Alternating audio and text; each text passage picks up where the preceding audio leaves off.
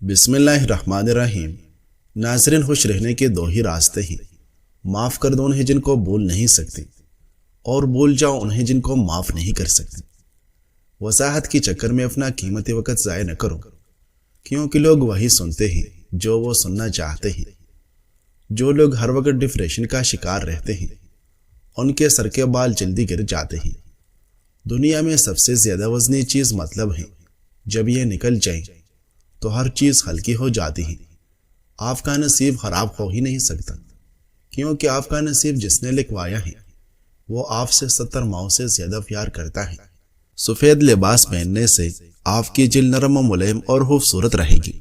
ناظرین، مکہ مکرمہ زمانہ جاہلیت میں بھی تجارت کا بڑا مرکز تھا۔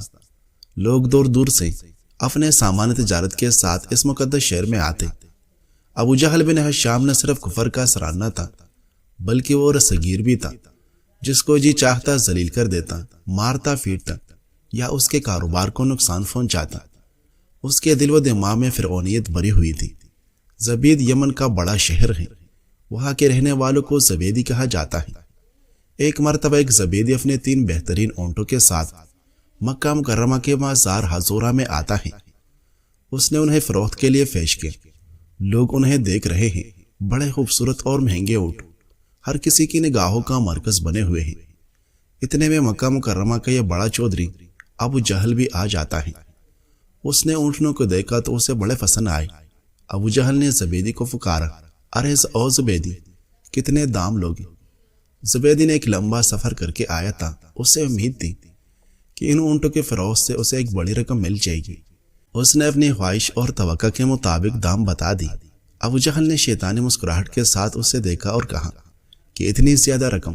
سنو، جو تم نے دام تلف کیے ہیں میں ان کا صرف تیسرا حصہ دوں گا۔ بولو، سودا منظور ہے؟ زبیدی بڑی آس اور امید لے کر آیا تھا۔ مطلوبہ قیمت کا صرف تیسرا حصہ اس نے نفی میں سر ہلایا۔ میں تو منافع چاہتا ہوں اور مجھے یہاں سارے کا سودا کرنے کے لیے کہا جا رہا ہے۔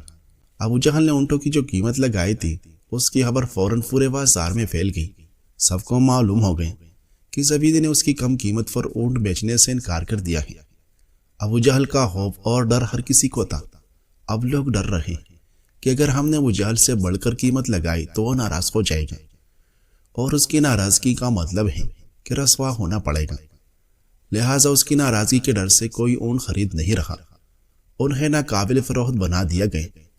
زبیدی نے کچھ دیر انتظار کیا کہ شاید اس کے اونٹ بک جائے، مگر کوئی گاہک ابو جہل کی ناراضگی کے ڈر سے انہیں خریدنے کے لیے تیار نہیں ہوا۔ اسی وقت آپ صلی اللہ علیہ وسلم سیدنا ابوبکر صدیق، سیدنا عمر فاروق اور سیدنا سعد بن ابی وقاص رضی اللہ عنہ کے ہمراہ مسجد حرام میں تشریف فرما تھے۔ بنی زبید کا یہ شخص آپ صلی اللہ علیہ وسلم کے پاس آتا ہے اور دہائی دیتا ہے، قریش کی جماعت، بھلا تمہارے پاس مال کیسے آئے گا؟ تجارتی قافلے تمہاری طرف کیسے آئے گی؟ کوئی تاجر تمہارے پاس کیسے مقیم ہوگا؟ جو تمہارے پاس حرم میں آ جاتا ہے تم اس پر ظلم کرتے ہو۔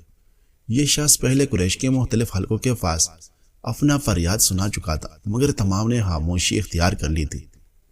اللہ کے رسول صلی اللہ علیہ وسلم نے اس سے پوچھا، من ظلمک، تجھ پر کس نے ظلم کیا ہے؟ زبیدی نے بتایا کہ ابو جہل نے مجھ پر ظلم کیا ہے۔ پھر اس نے پوری تفصیل کے ساتھ سارا واقعہ آپ صلی اللہ علیہ وسلم کے گوش گزار کر دی۔ اللہ کے رسول صلی اللہ علیہ وسلم نے پوچھا، اینا جمالو، تمہارے اونٹ کہاں؟ زبیدی کہنے لگا کہ وہ ابھی حضورہ ہی میں ہے۔ آپ صلی اللہ علیہ وسلم نے اپنے ساتھیوں کو اپنے ہمراہ چلنے کا اشارہ کیا اور ان کے ساتھ اونٹنوں کی طرف گئے۔ زبیدی کی اونٹ واقعی بڑی خوبصورت اور حسین و جمیل تھی۔ اس نے جو قیمت بتائی آپ نے وہ سودا منظور کر لیا اور اسے قیمت ادا کر دی۔ تھوڑی دیر گزری ہے، اللہ کے رسول صلی اللہ علیہ وسلم ان خریدے ہوئے اونٹوں کو فروخت کر رہے ہیں۔ گاہک آ کر دیکھ رہے ہیں اور تھوڑی دیر کے بعد ان میں سے 2 اونٹوں کا سودا ہو گیا ہے۔ جتنی قیمت آپ صلی اللہ علیہ وسلم نے 3 اونٹوں کی زبیدی کو ادا کی تھی، اتنی قیمت میں 2 اونٹوں کو فروخت کر دیا۔ اب منافع میں 1 اونٹ بچ گئے۔ تھوڑی دیر گزری، اس کا بھی گاہک آ گیا ہے۔ اللہ کے رسول صلی اللہ علیہ وسلم نے اسے بھی فروخت کر دیا، اور جو رقم آپ صلی اللہ علیہ وسلم کو ملی ہے آپ صلی اللہ علیہ وسلم نے وہ بنو عبد المطلب کی بیواؤں کو دے دی۔ زبیدی کو اس کا حق مل گیا، اس کے اونٹ اس کی مرضی کی قیمت پر فروخت ہو گئے۔ مگر اس بڑے مجرم کو سبق تو سکھانا ہے، اسے بتانا ہے کہ دوبارہ اس قسم کی حرکت نہ کرے۔ ابو جہل اسی بازار میں خاموش چپ چاپ بیٹھا ہوا تھا۔ وہ کسی سے کوئی بات نہیں کر رہا، سوچ رہا تھا کہ سوائے محمد صلی اللہ علیہ وسلم کے کون ہے جو میرے مقابلے میں آنے کی جرأت کر سکتا ہے۔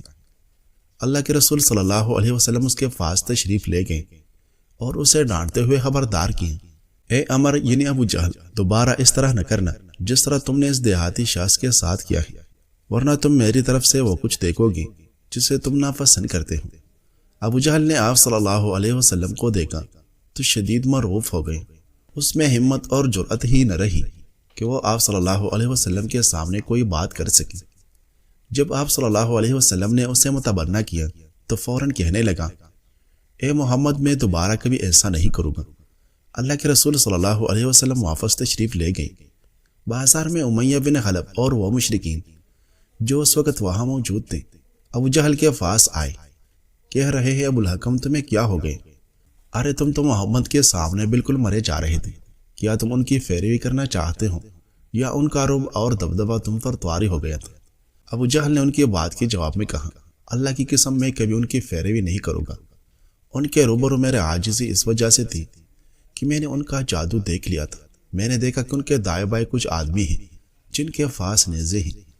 انہوں نے وہ نیزے مجھ پر تان لیے تھے۔ اگر میں محمد صلی اللہ علیہ وسلم کی مخالفت کرتا تو وہ نیزے میرے بدن میں گھومتے تھے۔ ناظرین، اگر نظر کی کمزوری ہو جائے تو گاجر زیادہ کھایا کریں۔ کھانے کے بعد چل قدمی کرنے سے مرگی کی بیماری نہیں ہوتی۔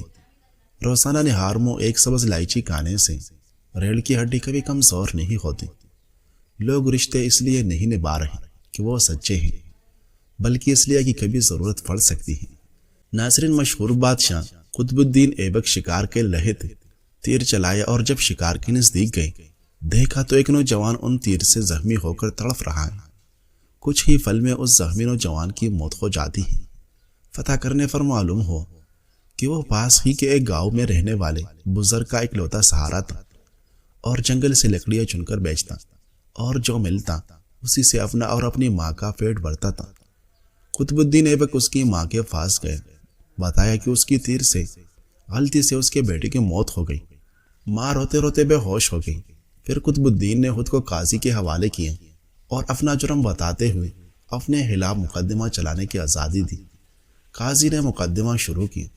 بوڑھی ماں کو عدالت میں بلائے اور کہا کہ تم جو سزا کہو گی وہی سزا اس مجرم کو دی جائے گی۔ بوڑھی عورت نے کہا کہ ایسا بادشاہ پھر کہاں ملے گا جو اپنی ہی سلطنت میں اپنے ہی خلاف مقدمہ چلائے، اس غلطی کے لیے جو اس نے جان بوجھ کر نہیں کی۔ آج سے قطب الدین ہی میرا بیٹا ہے اور میں اسے معاف کرتی ہوں۔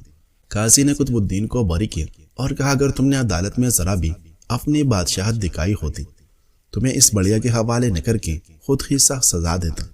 اس پر قطب الدین نے اپنی کمر سے خنجر نکال کر قاضی کو دکھاتے ہوئے کہا کہ اگر تم نے مجھ سے مجرم کی طرح رویہ نہ اپنایا ہوتا اور میری بادشاہت کا خیال کیا ہوتا تو میں تمہیں اس خنجر سے موت کی گھاٹ اتار دیتا۔ ناظرین، روزانہ 4 منٹ ننگے پاؤں گھاس پر چلنے سے نظر تیز ہوتی ہے۔ زیادہ نمکین کھانا بلڈ پریشر بڑھنے کا خطرہ بڑھاتا ہے۔ لیموں اور شہد کا استعمال ہاضمے کو بہتر کرتا ہے اور اسکن کو نکھارتا ہے۔ اگر چہرے پر داغ ہو تو کیرا مسل دیں۔ سبز رنگ دل کو تقویت دیتا ہے اور گھبراہٹ دور کرتا ہے۔ کھانے کے بعد مسنون دعا پڑھ کر اللہ کا شکر ادا کرے۔ رزق میں کبھی کمی نہیں آئے گی اور دن بدن رزق میں اضافہ ہوتا جائے گا۔ ناظرین، بنو اشجع عربوں کے مشہور قبیلہ بنو عطفان کی ایک شاخ ہے۔ یہ قبیلہ زمانہ قدیم سے مدینہ طیبہ کے اطراف میں آباد تھا۔ اس قبیلے کا ایک دیہاتی ظاہر بن حرام رضی اللہ عنہ مدینہ طیبہ سے کچھ فاصلے پر رہتا تھا۔ یہ نہایت غریب شخص تھا۔ شکل و صورت میں بھی زیادہ خوبصورت نہ تھا، مگر اس کی ایک اہم خوبی یہ تھی کہ یہ اللہ کے رسول صلی اللہ علیہ وسلم سے بہت محبت کرتا تھا اور اللہ کے رسول صلی اللہ علیہ وسلم بھی اس سے محبت کرتے تھے۔ ظاہر بن حرام اشجعی جب بھی مدینہ طیبہ آتا تو اللہ کے رسول صلی اللہ علیہ وسلم کے لیے کچھ دیہاتی تحفے، مثلا تازہ سبزیاں، پھل، ستو، شہد وغیرہ لے کر آتا۔ ظاہر جب واپس جانے لگتا تو اللہ کے رسول صلی اللہ علیہ وسلم بھی اسے شہری سوغاتیں دے کر رخصت فرماتے۔ ایک دن تو اللہ کے رسول صلی اللہ علیہ وسلم نے ظاہر کو ایک ایسا اعزاز عطا فرمائے جو غالباً کسی اور صحابی کے حصے میں نہیں آئے، ارشاد فرمائے ان لکل حاضرۃ بادیۃ و بادیۃ آل محمد ظاہر بن حرام، یقیناً ہر شہری خاندان کا ایک دیہاتی دوست ہوتا ہے، اور آل محمد کا دیہاتی دوست ظاہر بن حرام ہے۔ ظاہر سیدھا سا آدمی تھا، شہری آداب سے ناواقف تھا۔ جب اپنے گاؤں سے آتا تو اپنے ہمراہ لائی ہوئی سوغاتیں لے کر بازار ہی میں کسی جگہ کھڑا ہو جاتا اور بیچنا شروع کر دیتا۔ پرانے زمانے سے یہ دستور چلا آ رہا ہے کہ دیہات سے جب کوئی شخص سبزی یا پھل وغیرہ لے کر آتا ہے تو لوگ بھاگتے ہوئے اس کے ارد گرد اکٹھے ہو جاتے ہیں۔ انہیں تازہ سبزیاں مل جاتی ہیں جو عموماً سستی ہوتی ہیں۔ ایک مرتبہ ایسا ہوا کہ ظاہر اپنے ہمراہ کچھ دیہاتی سوغاتیں لے کر مدینہ طیبہ کے بازار میں آیا اور ایک جگہ کھڑا ہو کر انہیں بیچنے لگا۔ اس کی قسمت اچھی تھی کہ اللہ کے رسول صلی اللہ علیہ وسلم بھی بازار میں تشریف لے آئے۔ آپ صلی اللہ علیہ وسلم نے اپنے دیہاتی دوست کو دیکھا تو آپ نے پیچھے سے جا کر اس کی آنکھوں پر اپنے مبارک ہاتھ رکھ دیے۔ پہلے تو وہ گھبراہٹ کے عالم میں کہہ رہا ہے، کون ہے بھائی، میری آنکھوں پر کس نے ہاتھ رکھ دیے؟ لیکن جب اس نے اللہ کے رسول صلی اللہ علیہ وسلم کے مبارک ہاتھوں کی نزاکت کو محسوس کیا اور آپ صلی اللہ علیہ وسلم کی خوشبو سونگھ لی تو اسے معلوم ہو گئے کہ اس کے پیچھے تو کائنات کے امام کھڑے ہیں۔ اس نے موقع غنیمت جانا اور اپنی فشت کو اللہ کے رسول صلی اللہ علیہ وسلم کے سینے سے ملنا شروع کر دی۔ ظاہر نے بھی محبت بھرے انداز میں عرض کیا، اللہ کے رسول صلی اللہ علیہ وسلم، مجھ جیسے کالے لوٹے دیہاتی کو کوئی خرید کر کیا کرے گا؟ وہ تو بڑے خسارے کا سودا کرے گا۔ میری تو قدر و قیمت ہی کوئی نہیں، میں تو بیکار آدمی ہوں۔ آپ صلی اللہ علیہ وسلم نے جواب میں ارشاد فرمایا، پیارے ایسا نہ کہو، کیا تمہیں کسی نے کہا ہے کہ تمہاری کوئی قدر و قیمت نہیں؟ تم اللہ کے ہاں بیکار نہیں ہو، تم اللہ اور اس کے رسول صلی اللہ علیہ وسلم سے محبت کرنے والے ہو، اس لیے تم اللہ کے ہاں بڑے قیمتی ہو۔ ناظرین، رسول اللہ صلی اللہ علیہ وسلم نے فرمایا، جب امانت ضائع کیجیے تو قیامت کا انتظار کرو۔ پوچھا، یا رسول اللہ، امانت کس طرح ضائع کی جائے گی؟ آپ صلی اللہ علیہ وسلم نے فرمایا، جب کام نہ اہل لوگ کے سپر کر دیے جائیں تو قیامت کا انتظار کرو۔ کسی کو چیخ چیخ کر مت بتائے کہ آپ موجود ہیں، آپ کے چاہنے والے اندھیرے میں بھی آپ کو دیکھ لیتے ہیں۔ رسول اللہ صلی اللہ علیہ وسلم نے فرمایا، اذا انفق الرجل علی اہلہ یحتسبها فہو لہ صدقۃ، جب آدمی ثواب کی نیت سے اپنے اہل و عیال پر حج کرے پس وہ بھی اس کے لیے صدقہ ہے۔ بعض لوگ ضرورت پڑنے پر ضرورت مند بن جاتے ہیں اور ضرورت ختم ہونے پر غیرت مند مگر احسان مند کبھی نہیں بنتے۔ نبی کریم صلی اللہ علیہ وسلم ارشاد فرماتے ہیں کہ جو شخص پاگا کا شکار ہو اور اس پر صبر نہ کر کے لوگوں سے بیان کرتا پھرے تو اس کا فاقہ ختم نہیں ہوگا، اور جو فاقہ کا شکار ہو اور اسے اللہ کے حوالے کر کے اس پر صبر سے کام لے تو قریب ہے کہ اللہ تعالیٰ اسے دیا صبر روزی دے۔ حاملہ عورتیں کافی پینے سے بچیں ورنہ بچے کو نقصان ہو سکتا ہے۔ دودھ پلانے والے عورتوں کو ٹھنڈی چیزوں کا استعمال کم سے کم کرنا چاہیے۔ روزانہ رات کو دودھ پی کر سونا، اس سے رنگ کبھی خراب نہیں ہوگی۔ دماغ کو پرسکون رکھنے کے لیے رات کو سوتے وقت پاؤں کے تلوں پر خالص سرسوں کا تیل لگائیں۔ ناظرین، روزانہ 1 چمچ لیموں اور ادرک کا رس پینے سے بڑھتا ہوا پیٹ کم ہونے لگتا ہے۔ اگر آپ اپنی جوانی کو برقرار رکھنا چاہتے ہیں تو ابلتے ہوئے گرم پانی پی لیں، اس سے آپ ہمیشہ جوان رہو گے۔ گرم روٹی کھانے سے معدہ خراب ہو جاتا ہے اور اس سے زبان جلنے کا خدشہ ہوتا ہے۔ وٹامن ڈی ایک ایسا ہارمون ہے جو زیادہ تر سورج کی روشنی کے ذریعے جلد میں بنتا ہے اور سوزش اور قلبی صحت سے متعلق مثبت اثرات کے حوالے سے جانا جاتا ہے۔ سردیوں میں جلد کی حفاظت کے لیے اور خشکی سے بچنے کے لیے نیم گرم پانی کا استعمال کریں۔ زیادہ گرم پانی سے نہانے سے پرہیز کریں کیونکہ اس سے جلد خشک ہو سکتی ہے۔ زیادہ دیر تک نہانے سے بھی گریز کریں کیونکہ پانی میں زیادہ وقت گزارنے سے بھی جلد میں موجود قدرتی تیل نکل جاتا ہے اور جلد خشک ہونے لگتی ہے۔ اپنی ذات کو خود ہی مضبوط بناؤ، یہاں کوئی تمہارے حصے کا دکھ نہیں جھیلے گا۔ ناظرین، ویڈیو اچھی لگی تو لائک ضرور کیجیے۔ شکریہ۔